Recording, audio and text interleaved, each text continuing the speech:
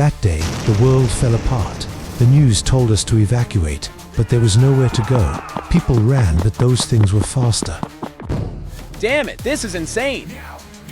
The entire area is completely locked down. The infected are extremely violent. Evacuate immediately.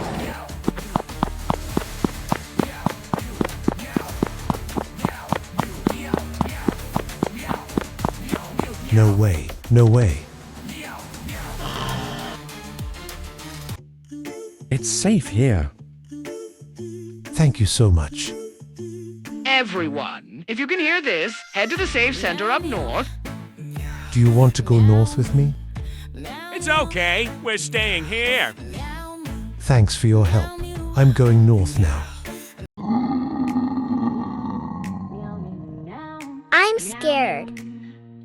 Don't worry, just trust me, okay?